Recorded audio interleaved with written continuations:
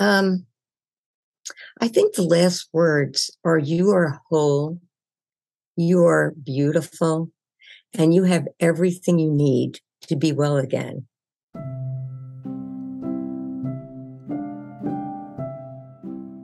If you're a healthcare professional or work in the wellness area, this episode is dedicated to you. Hearing Dr. Peggy's message regarding burnout will not only resonate, but will serve as encouragement that you too can recover and get your life back after the trauma you've experienced from the pandemic. Dr. Peggy Gleason is a Duke-trained certified integrative health coach with several other certifications as a life and wellness coach and holds a doctoral degree in natural health. She has been a nurse for over 4 decades and specialized in critical care nursing for 30 years.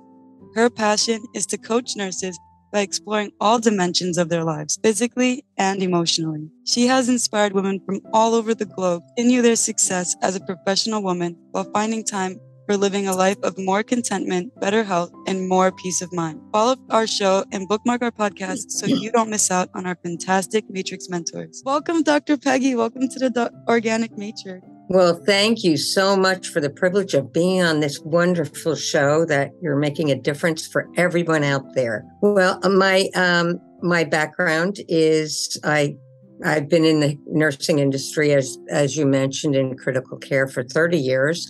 I think you covered a lot about me, but what's different now is after having suffered burnout and then becoming a certified coach and getting my doctorate, my life is different now. And that's what I want to help people with, because I know where all of your listeners are now. I've been there, I've done that, and I'm in a different place now, and I want the same for you. No, I have a lot of young nurses in my family and friends of mine. They're going to be the first people that I send this podcast to. I'm really excited to dive in. Prevent burnout for our fellow nurses. They've been under a lot of stress and work. Yes, they sure have. Can you tell us about what integrative health is? Well, when we look at integrative health, we look at the whole well-being of everybody. We have about 12 different dimensions, from eating to moving to relationships to love to intimacy, and the list goes on and on and on.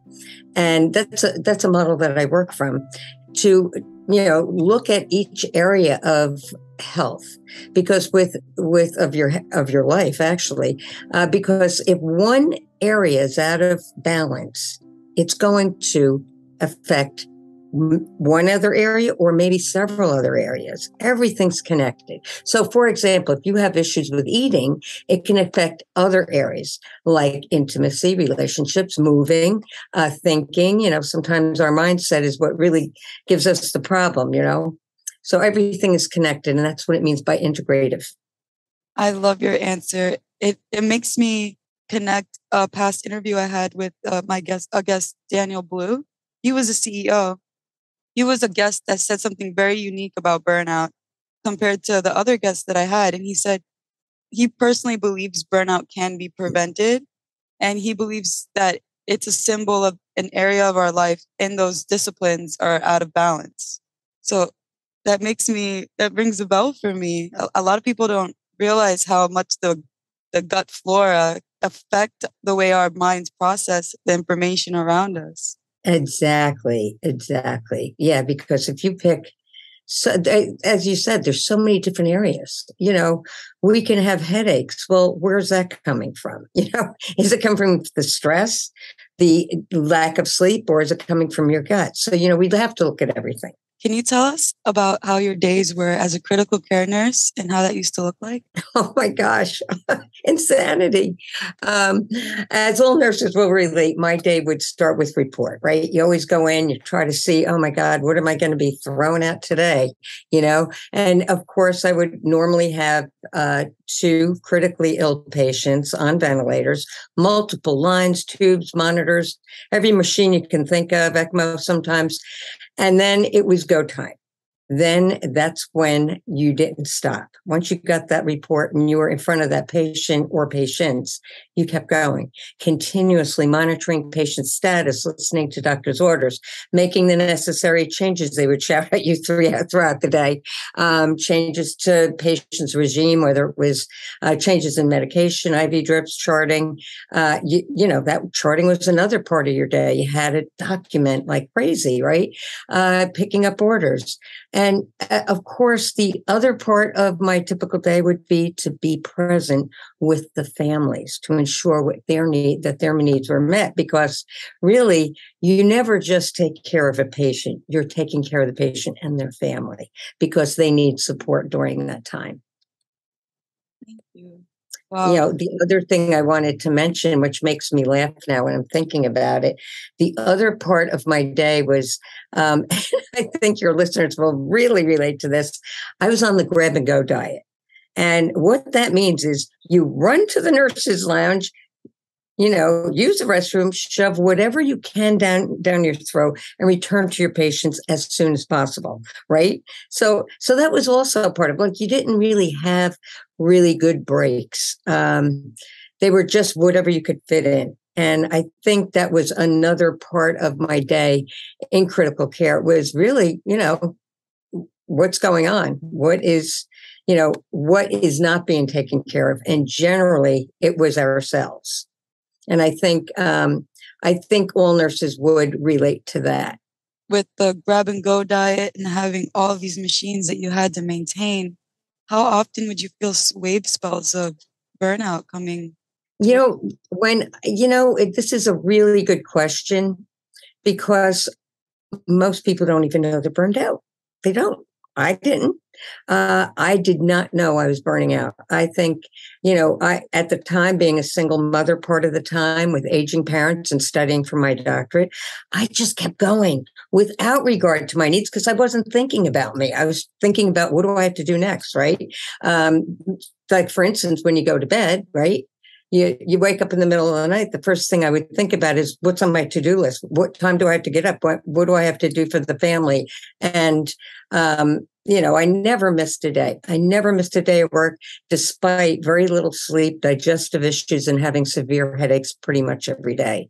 But it wasn't until I realized having a standing appointment with your neurologist is not normal. But this is when I realized something had to change. And I realized I really was burning the candle at both ends, right? And that it wasn't working. So that was, how often do you experience it? I don't know that you're experiencing it until you're affected and you have to do something about it because you're either losing passion. I know a lot of people with burnout, especially nurses, also suffer from compassion fatigue. And compassion fatigue is when you lose your passion for those that you're caring for, and it's sort of a disconnect. And it's painful. It's very painful especially for people who are so passionate about helping people to they just can't do it anymore. Can you give us more empathy on how patients can view our nurses on how they can get this compassion burnout? Think they know, quite frankly. They're just feeling left out, I would imagine. But honestly, I don't know the answer to that directly. I never asked a patient about it. But I can only surmise that they get it in the energy a person has when they walk into the room. And I've done classes on body language. I know a lot of nurses today because they are so overwhelmed and they're just trying to get it done. And that's what happens with compassion fatigue. Just get it done and get out of there, right? And oftentimes they'll have a little computer next to the bedside, typing up notes. I know in the bigger facilities have the computers right at the bedside. But they will not be looking directly at the patient. They'll be over here somewhere. And they lose that direct eye contact. A patient can tell when they're not being fully present. And I don't know that they know it's compassion fatigue per se, but it's got to feel pretty awful for the patients to notice that they're just doing a job like a robot. They're not giving them, and another thing is what I always teach new nurses. I used to teach a lot of new nurses when they would come in. So I'd been doing it for so long. And I'd say, when you go in the room, if there is a chair there, sit down on the chair and be eye level with them, because that's a sign of true respect. Lean in, listen, let them know you're using your body language to hear what they're saying, hear what they're feeling. Just, do that extra step. It will make all the difference in the world to that patient. Believe me, it will. I know I always tried to do that. And it was after I learned more about all these other skill sets that I started to pass them on to newer nurses. That's wonderful. And I'm really glad that you put a term to this phenomenon, because this is my first time hearing about compassion fatigue. And I think that a lot of professionals go through this with sales, like the appropriate way of sales, this new way that I'm learning about sales, about being compassionate, being a servant first. Way on some Yeah, levels. and the saddest part is, I would say most burnouts have compassion fatigue thrown in there. Some people don't. Some people are still have the passion, but they're physically just spent. But a lot of people do get that cut, that disconnect. And when you realized that you had burnout, how did you choose to remedy it? How did you plan on structuring your life to? I love this question because this was in the early 90s. I've been a nurse for over 40 some years. So, back then they didn't use the term burnout. There was no such thing. It was just, you're dog tired. You can't do it anymore. You feel awful. You're not sleeping. You're eating terribly. Everything just seems to not be in sync in your life because you're so exhausted. But, it wasn't, it was in the early 90s. I decided to look at alternative modalities to heal. And what's interesting, how I came about that was actually I was looking to figure out why our society was so sick and what were they doing in all these other areas, in other like Eastern medicine, Ayurvedic, Chinese medicine.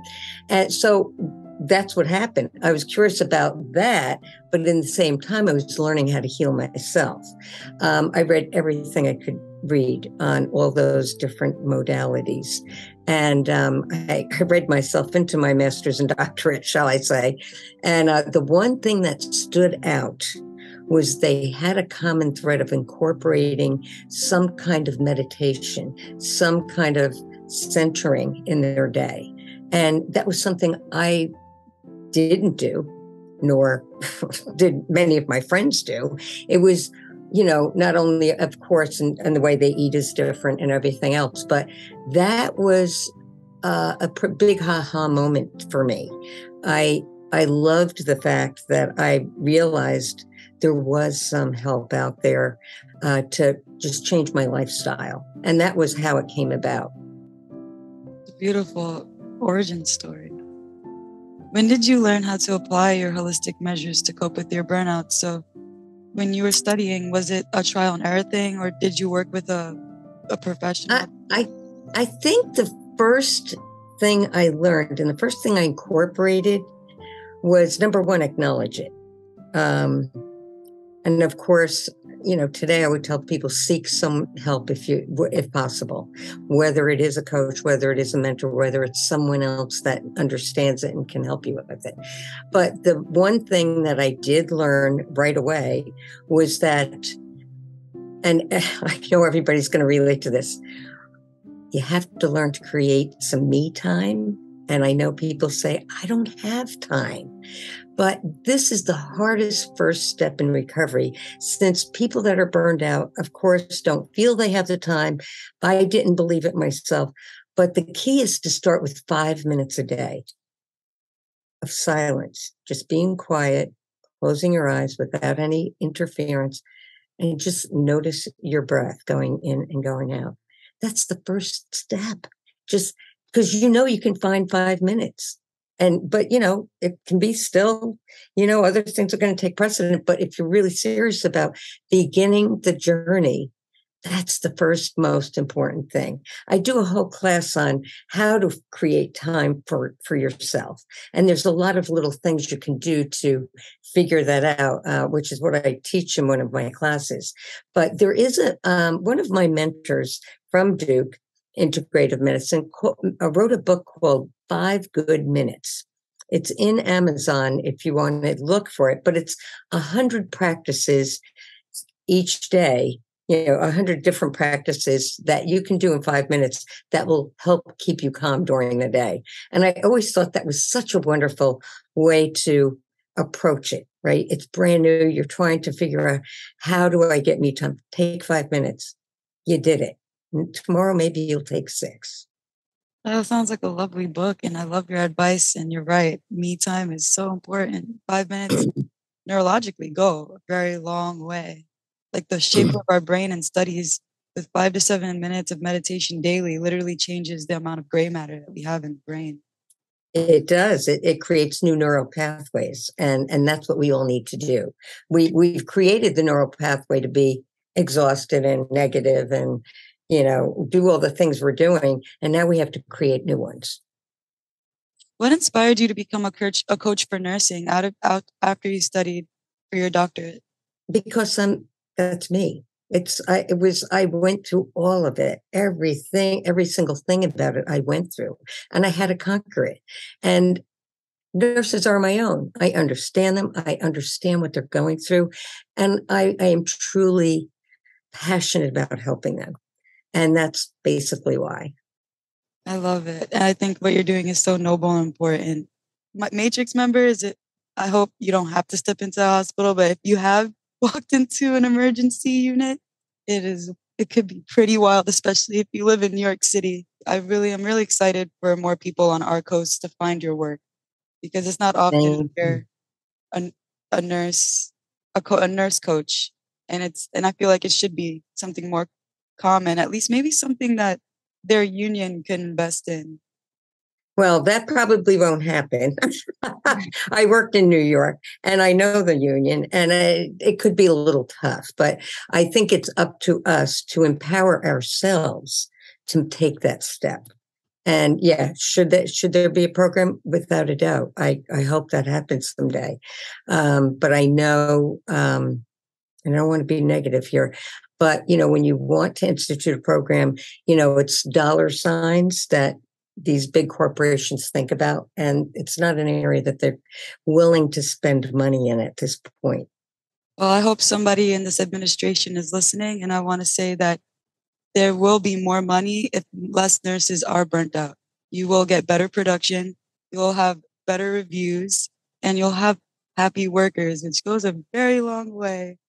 So It does. That's wonderful. Oh my gosh, Samantha, that's wonderful. And it's true. It's true. And, you think about customer service ratings, that's another big thing that administration looks at. How are we perceived by the customer with our service? Well, obviously it's going to be skyrocketing if nurses are taken care of. Absolutely. Can you tell us a story of a client that inspired you during your coaching journey?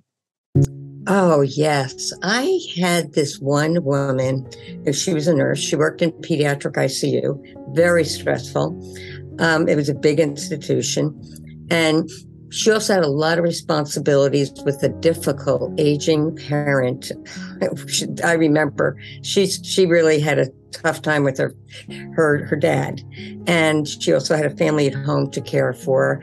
And she came in with weight issues, early diabetes, difficulty setting boundaries, relationship conflicts with the care of her father because of her father's partner. So it was a lot of things. She was really stressed out, but she was determined to get better, to improve not only her physical health and get some of those numbers down, but she really wanted to take care of the stress level she was going through.